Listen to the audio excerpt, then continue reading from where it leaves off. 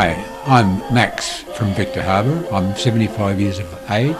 I suffer with a debilitating disease called Ankylosing Spondylitis, which is a part of the Athritis family which affects the joints in your body. I'm virtually seized from the neck down, and but I still manage to live life, try and live life to the fullest. I love to work in the garden, I love to do things outside.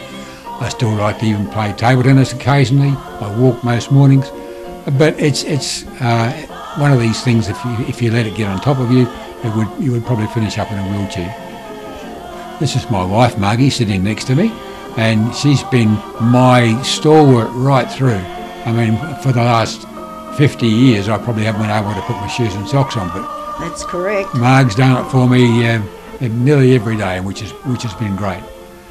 Going back early January last year before last, we were staying with some friends down at North Haven, and being a two-storey dwelling, unfortunately, during the course of the night, I needed to go to the toilet early hours. It was about 6 o'clock.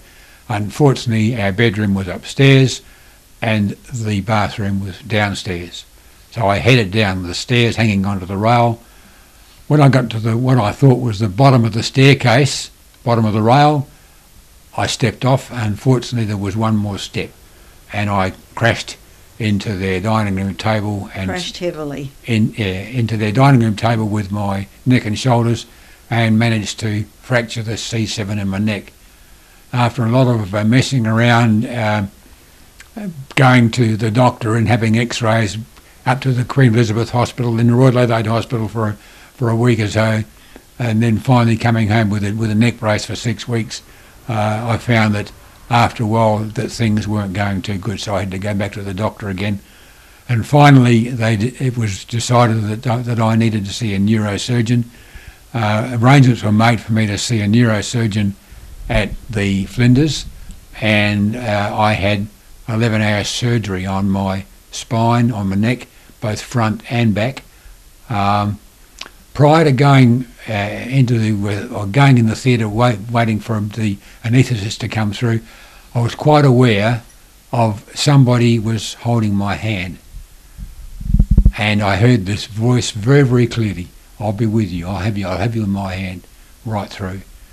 11 hours after, more than 11 hours, because I was back in recovery, and that same voice, still holding my hand, I could feel it. That same voice said, "I told you I would be with you. I'd be holding you in my hand."